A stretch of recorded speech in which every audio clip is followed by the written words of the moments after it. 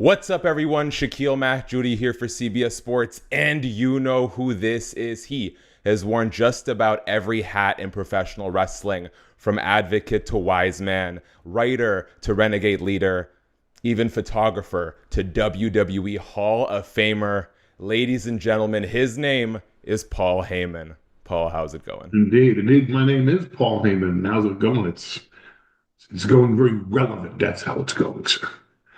Goodness, I mean, the social media traffic, the broadcast numbers. Paul Heyman, a very popular man, coming in just in the nick of time on WWE SmackDown.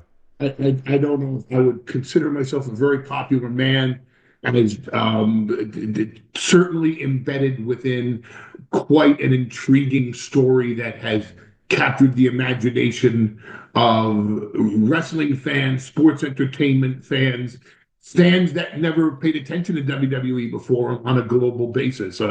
We have an ensemble cast here, and we have a structure that allows for some great creative freedom. So I would have to share that credit with quite a few people, but thank you for the credit nonetheless. Yes, and I mean, you read my mind. I would really love to sort of dive into the creative process of this multi-year, multi-generational ensemble story that we have. It's a very rare one to see in professional wrestling. Let's start here. I saw an interview that Jey Uso, I think, did with Sam Roberts, where he said that you were still very active in the creative direction of the Bloodline. How would you describe your role in the Bloodline story as it pertains behind the scenes? As it's advertised on television. The wise man wasn't shtick or a gimmick or a tag or a nickname or a moniker or a T-shirt. Um, I mean, it carries a lot of history with it. The name Wise Man invokes the memory of Freddie Blassie, the Grand Wizard, and Captain Lou Albano, who were the three wrestling managers in the Northeast in the WWF early, the predecessors of WWE, under Vincent James McMahon, and then carried on to by Vincent Kennedy McMahon for a short time because the Grand Wizard died in October 1983. But from 1970 to 1983, those three held a monopoly on who would be a manager in that promotion, which is now WWE. I mean, to the point where when Andy Kaufman ended up wrestling Jerry Lawler in Memphis, Tennessee in 1982 and doing the famous incident on David Letterman's show, Andy Kaufman first offered to be a manager in WWE to Vince McMahon Sr., working the television tapings in Madison Square Garden, which is where the only places the managers showed up unless Albano was thrown into a tag team match. And he was turned down. And not just because Vince Sr. wasn't looking for the Hollywood connection, but because the three wise men of the East held the monopoly in the territory.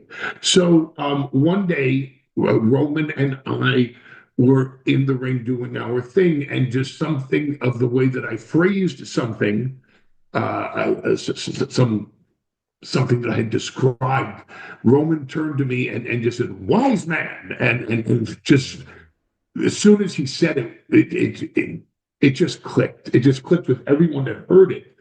And he felt it was just a more apt description than special counsel.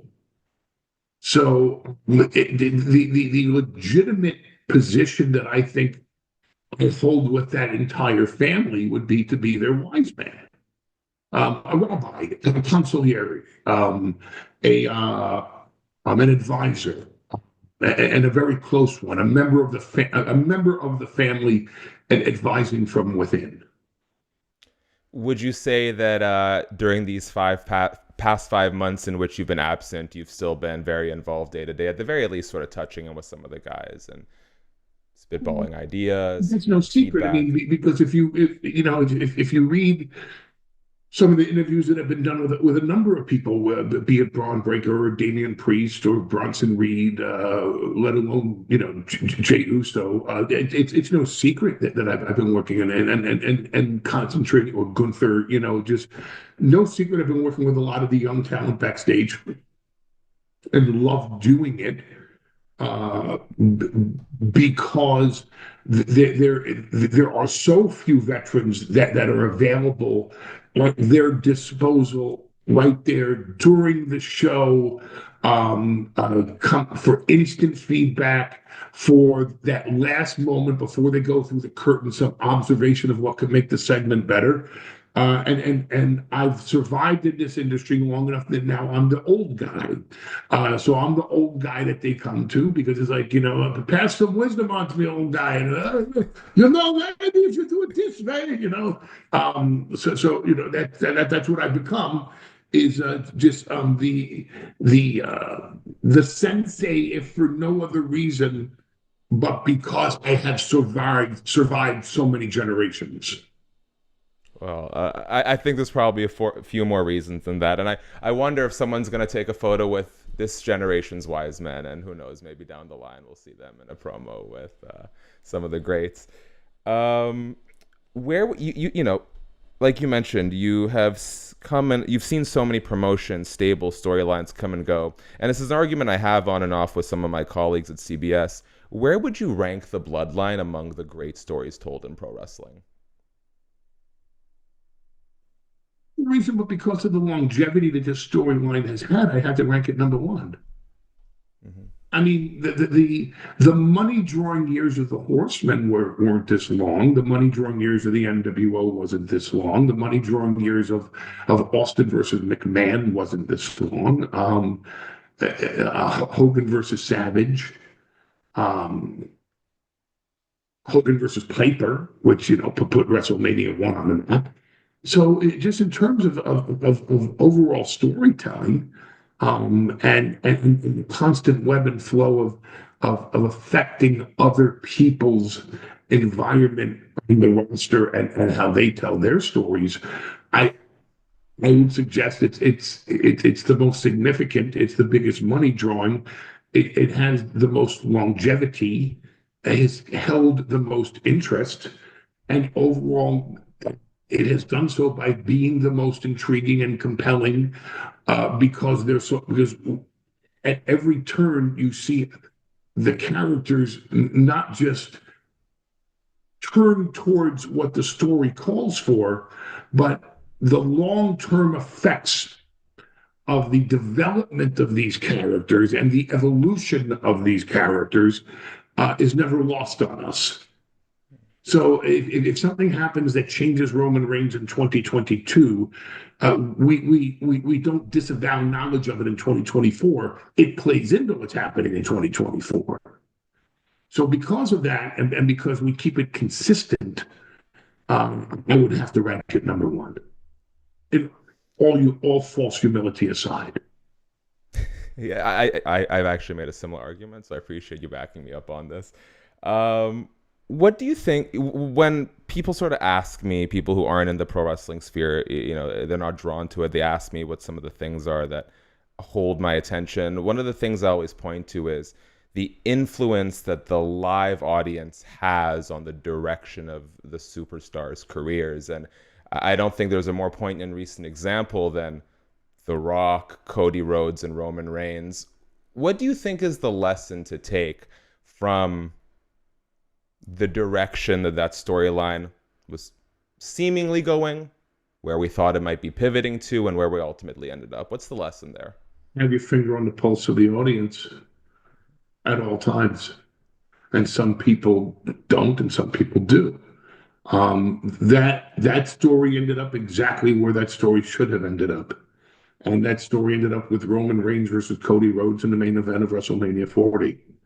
And that was the rightful main event of WrestleMania 40, as the audience had a 2-year investment in that story, lived it with us. And when I say us, I include Cody in that us, because he was the protagonist in that story. We were the antagonist in that story. And they lived it not only by witnessing it and by experiencing it, they lived it many times through the eyes of the protagonist and the struggles that he had to endure and survive and thrive through, all with his chin up and with a progressive move forward attitude. So I just think the lesson to be learned is the same lesson that was learned back in the amphitheaters in ancient Greece. Know what the audience wants, super serve that desire, and make sure that you have navigation towards where the story needs to go or can go with many different avenues, depending on where the culture may take us tomorrow, because tomorrow's culture may be very different than today's. Something catches fire tomorrow, and all of culture is going to go with it. Fashion, music, tastes, movies, sensitivities towards what's on the screen, insensitivity towards what's on the screen. It doesn't take much. It takes very little to pivot the entire culture, and you have to have a finger on where that can go. Because if you're not right now thinking, where is the culture going to be in April, how do you start planning out your WrestleMania main events? Last thing on the Bloodline. Before Cody Rhodes, there were many foils. Sami Zayn, Drew McIntyre, Kevin Owens, Seth Rollins, excuse me. When you look back at the role that those guys played in sort of challenging the Bloodline and helping push that storyline forward, how many of them do you think actually are in a better place now in their careers, in their status on the card after the Bloodline? Like, did a lot of winners come out of this besides Cody and the family? Everybody. Let's go through it. My name was associated with either, as a throwback, or, early WCW, before the NWO era, with the Dangerous Alliance. My name was associated with ECW, and then my name was associated with Brock Lesnar, and that was my legacy in this business. I would dare say that the work that I've been fortunate and blessed enough to be exposed to in the Bloodline has completely redefined who I am. Again, when I was with Brock, everybody thought of me as the advocate, but I didn't walk down the street. People go, "You can't." They'd say, "Paul Heyman." Today, I get more people looking up to me going, "Wise man," than Paul Heyman. It's just this has reached levels that were unfathomable 5 years ago. That's number one. That's just me personally. Look at the Usos. The famous line that Roman hit the Usos with back at the beginning of the Bloodline was, "You're twins." And you walk through airports and people come up to you and say, "Which one are you?" Now people know which one is Jay. Now people know which one is Jimmy. Jay is a main eventer on Monday Night Raw to such an extent, setting such records that there is no discussion of the top of the card of WrestleMania that can't include Jay Uso. Jimmy Uso has completely defined his character and is in the midst of even redefining it right now, on SmackDown, being close to the hip of the tribal chief Roman Reigns. And you know the difference between Jay and Jimmy now. Sami Zayn came into the Bloodline story having been the foil for Johnny Knoxville in a match at WrestleMania in which Sami was getting beat up a wee man and running into a 5-foot-tall plastic hand.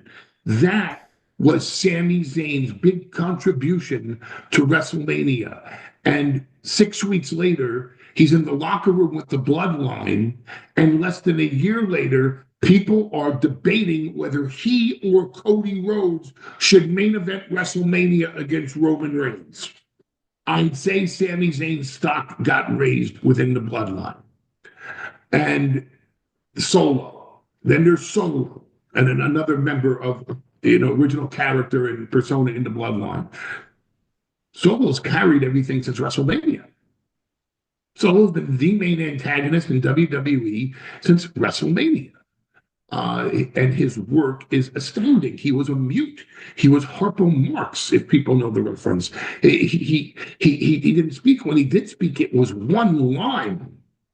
And look at what he has carried now on his back to where he has credibly been the leader of a bloodline that I dare say was more intimidating, more violent, and with the exception of having championships, which was not Solo's ultimate goal, being the tribal chief was the ultimate goal. Solo has put together a bloodline that in its first 6 months is more successful than the bloodline that we put together in our first 6 months. And then there's Roman Reigns. And the centerpiece of the bloodline, the focal point of the bloodline, the person that literally is the center of the WWE universe, and the authentic tribal chief on an island of relevancy. If you actually think about what that means, then you understand how real it is. How many WrestleMania main events did Roman Reigns have before the bloodline? Multiple. And was he considered the guy, THEE, the guy, the only guy, the absolute number one, undisputed, uncontroverted top star in the industry? He was a WrestleMania main eventer. And once we put together the bloodline, it's WWE starring Roman Reigns. And it's his promotion. And he is by far the biggest star. And should be, because he transcended the entire industry during the pandemic to where it was the bloodline that lifted WWE out of the pandemic into this new golden era, this platinum era that we are experiencing now, this crypto era. I mean, it's even more valuable than platinum that we're now experiencing. And that's because of the dynamic of the disruption of the industry that was heralded and led by Roman Reigns. So I don't know anybody that hasn't come out of this bloodline storyline that's not significantly for the better, if not had their entire lives changed by it and for it. Paul, why did you wink at Jimmy Uso on the apron after your comeback? I haven't seen him in a while. Okay. Wasn't going to hug him. Wasn't going to kiss him. I don't know those really cool kids, sneaker generation handshakes. Yeah. I don't know. So it's never too late to learn, Paul. Well, you can teach some old dogs new tricks, but there is a cap on that sometimes. Okay, noted. You called on quite a valuable friend to help sort of fill out Roman's WarGames team, CM Punk, and I was sort of just reflecting back on some of your early advocacy for CM Punk in the WWE ECW days, and how, according to reports, that sometimes butted heads with how Vince McMahon saw CM Punk. And I'm sure a lot of people will sort of look at the pipe bomb as that big turning point, but I am curious. Do you remember when Vince McMahon started sort of changing his tune, changing his mind about CM Punk's potential? Because CM Punk had a lot of success before the pipe bomb came. It was while I was gone, because CM Punk battled against the perception that all he was a Paul Heyman guy, and he got unfortunately dragged down by that tag by becoming a collateral damage from the fallout between my fallout with management. And because of my fallout with management, and he got tagged being literally, that's how he was described. That's what they called him. Oh, yeah, the Paul Heyman guy. So all of a sudden, he fell victim to being described as if I had made him a star by using some of the smoke and mirrors that we had used to use in ECW, for some people that weren't up to the level of being national stars, but we used enough ingenuity in our approach of promoting them and hiding their weaknesses and accentuating their strengths that we made them look like stars. But that was never the case with Punk. This guy was a magnificent performer, an all-time performer, a WrestleMania main eventer, a top of the card worthy performer from the moment he walked in the door. But he fought back against that perception and proved himself through his hard work, through his connection with the audience, through the fact that no matter how stupid of a concept that they threw at him, he made it work. So imagine if you let him have some input into something that was good, to the point where he was undeniable.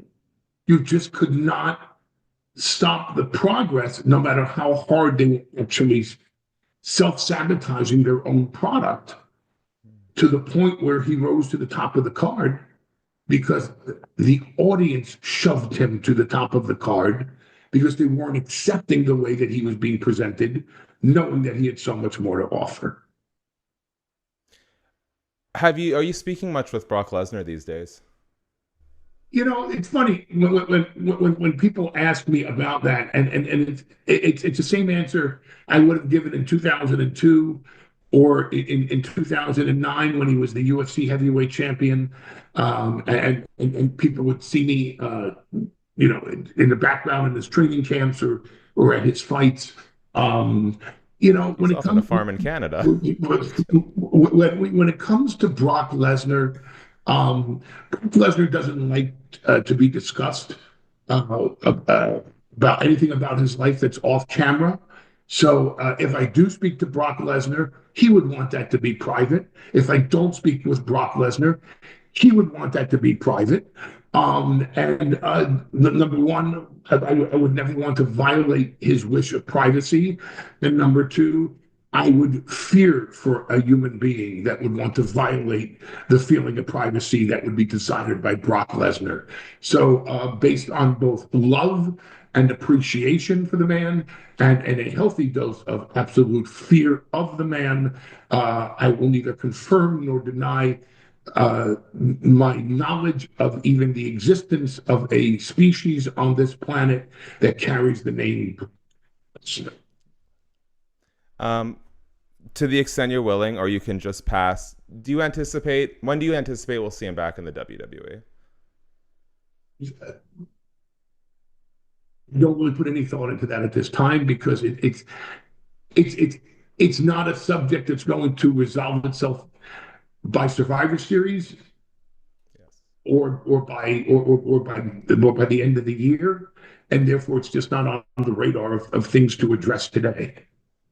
I think that's very fair. On a note unrelated to the WWE, UFC 300, there was a lot of desire to see some big names on that card. Dana White had staunchly said that Brock Lesnar will not be on that card. Do you know of any aspirations for Brock to compete when that card was happening? Well, see, now that would necessitate a conversation with Brock Lesnar. With Brock that you're not having. And I will neither confirm nor deny the fact that I am aware of even the existence of a species on this planet that carries the name of Brock Lesnar. I've completely forgot who we're even talking about.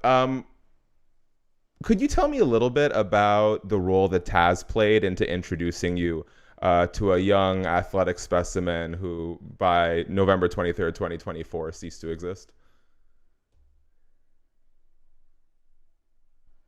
I know Taz introduced you guys, but I don't know Brock Lesnar? If I'm allowed to say that. No. I mean, that's not asking about current life conversations or stuff that was public eye. Brock Lesnar, I was obviously aware of Brock Lesnar when he was a college athlete. I mean, how could you not be? Just first of all, the name in and of itself is an attention grabber, and then the look is an attention grabber, and then his accomplishments on the mat in college at the U of M were just amazing. So Brock was signed by WWE, and he was brought to do some dark matches, non-televised matches so that upper management and creative can get a chance to look at you and start formulate ideas for you and how to promote you and how to market you, how to make you an even bigger star than you can be on your own. And there were a bunch of old timers at the time who were producers behind the scenes, and they were just stuck in their ways. And, he should be a Russian. He should just stand in the ring and let people bounce off of him. And meanwhile, the moment he moves, you realize he's somebody completely different than any other human being you've ever seen in your entire life. And to this day, I still feel the same way, very passionately about that. There's no one like Brock Lesnar. And Taz heard this. And Taz remembered back of the bad advice that he was getting when he was first breaking into the business. You should never talk. Imagine that. Imagine that. Veterans telling Taz he should never talk, considering what his talking ended up being like in ECW in the 90s. You should wrestle bigger. Made a whole career off of talking. All they saw was somebody 5'8". So they couldn't get past it. You're 5'8". So let's stick you up. Let's gimmick you up. Instead of you're 5'8", let's use that to your advantage. You're 5'8", which means you have 5'8", which means you have a lower center of gravity, which means you can choke out any guy who's 6'4". They don't stand a chance because they can be they can be twice your size, but they have half your heart. That's it. So Taz understood that there needed to be a new vision applied to Brock Lesnar. That it can't just be the old stand in the middle of the ring and don't do nothing. So Taz brought him to me. And he said, they're going to ruin him. No, they're not. Within a few days, we were working with each other and putting the idea of his presentation together. We liked working with each other. We gelled very just like that, right off the bat, we gelled. And it was obvious behind the scenes that there was great understanding of the marketing of this once in a lifetime commodity. And we ended up working with each other on camera as well. And it was, but yes, Taz brought him to me.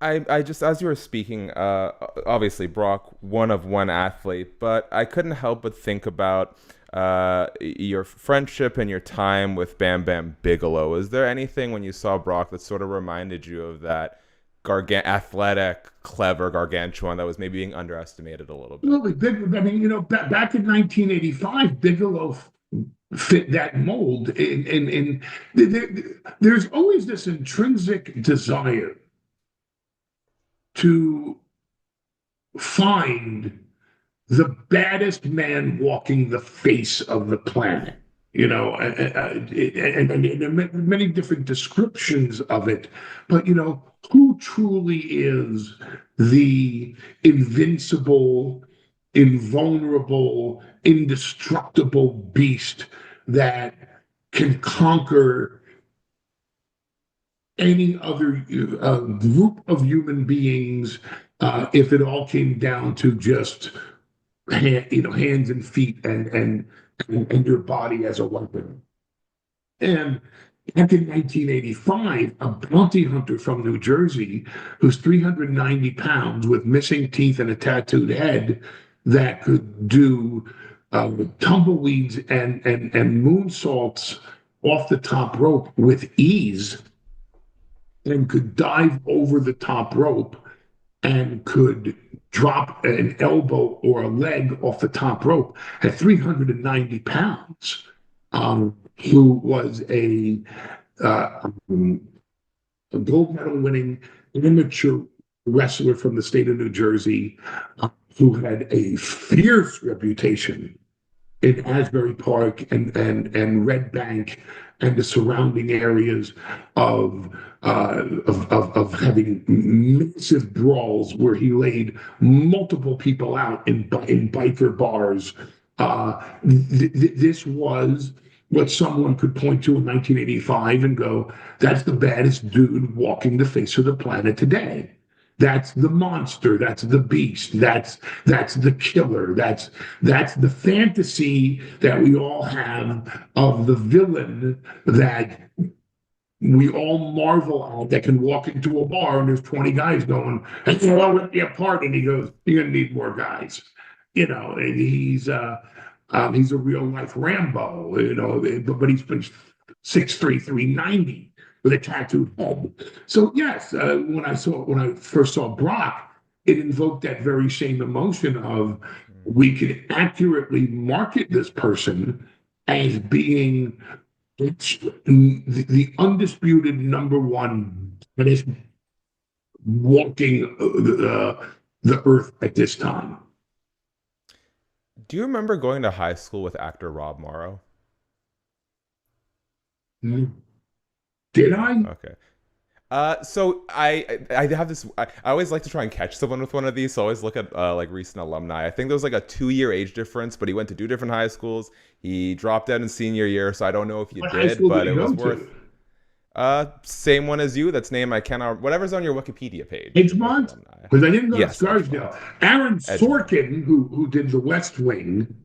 Yeah. And multiple other amazing projects. Aaron Sorkin went to Scarsdale. But I didn't know that Rob Morrow went to my high school. Hey, listen, you miss 100% of the shots you don't take. Paul, this is the 30-minute mark. I do have some fan questions that I did not get to. Would you be willing to humor me for like 5 more minutes? And it's okay if you can't. All right, so I'll let you dictate the length of these first. And this might not even be correct because this is such a deep cut. But someone wrote, when you were SmackDown's head writer, there were reports that you opposed introducing a mid-card title because you worried it would undermine the tag team and cruiserweight divisions. Part 1 to set up part 2. Is there any truth to those reports? Yeah. Yes. I'm not a big fan of a multitude of titles unless you can give them enough time. We had proper focus at that time on the championships that we held and didn't feel that we needed more championships to tell better stories, and felt that therefore the introduction of more championships only waters down the championships that we already have the spotlight on at the moment. Do you think that's an ongoing problem? Because for me, it's something that's plagued AEW for a while. The Raw tag team titles, I think, have only been defended like once or twice in the last 150 days. Like, could these major promotions do with narrowing things down a bit? Works. What doesn't. If you can make it relevant, all pun intended to the island of relevancy, then it will work. And if you can't make it relevant, then it won't. Listen, if there are 14 titles and they all mean something, then you should be looking at doing number 15. If you have 7 titles and you're struggling to put relevancy on all 7, then you need to cut down the number that you have. What's working? If it's working, let's do more of that. If it's not working, change it. Who are some wrestlers who you think would have been a bigger star in a different era? You can name 1, 2, 3, whatever comes to mind. It would have been a bigger star than they are now. Yeah, maybe someone from the past who would have shined a little bit more in 2024.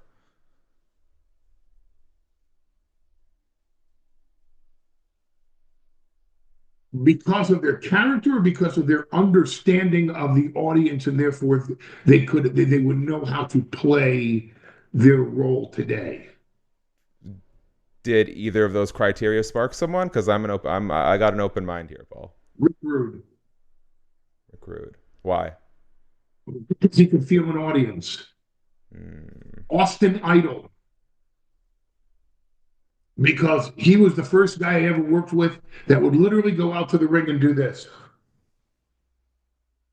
The heat's from that side of the building tonight. Those are that side's angrier than that side. He was right every time. He could feel a crowd like no one else.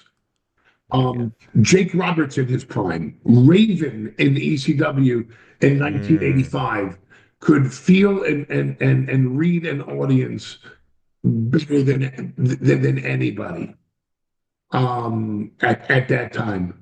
And I would say, actually, someone from a different era, Rey Mysterio, but he's still very relevant in this era and still fantastic and magnificent and innovative and never lives off his laurels in this era. So he's someone that adapted to the cultural changes and always elevated his game to the point where he's not only a legend today, but if you're a first time viewer, you will fall in love with him the first time you see him. Love it. Last one for you, Paul. Who among the current crop of superstars do you think would jive well as a Paul Heyman guy?